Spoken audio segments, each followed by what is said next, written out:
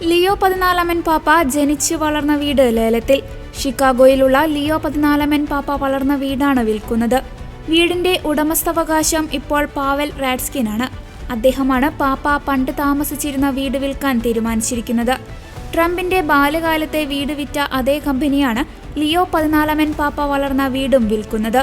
May 8-ന് കർദിനാൾ Robert പ്രവോസ്റ്റിനെ കത്തോലിക്ക സഭയുടെ പുതിയ പാപ്പയായി തിരഞ്ഞെടുക്കപ്പെട്ടതോടുകൂടി അദ്ദേഹത്തിന്റെ വീട് മേടിക്കാനുള്ള ആളുകളുടെ എണ്ണം വർദ്ധിച്ചിരിക്കുകയാണെന്നും ഇപ്പോൾ ഈ വീടിന്റെ വില നിശ്ചയിക്കുന്നത് അസാധ്യമാണെന്നും റാഡ്സ്കിന്റെ റിയൽ എസ്റ്റേറ്റ് ബ്രോക്കറായ ബുഡ്സിക് മാധ്യമങ്ങളോട് പറഞ്ഞു.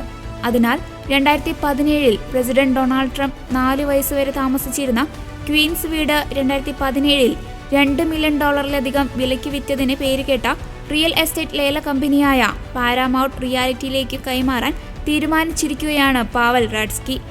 ഈ കമ്പനി പാപ്പയുടെ വീട് ആദ്യം വിപണിയിൽ ലിസ്റ്റ് ചെയ്തത് $1,99,000 ജൂൺ 18 വരെയാണ് ലേലത്തിന് വെച്ചിരിക്കുന്ന ഈ വീട് വാങ്ങാനുള്ള സമയപരിധി.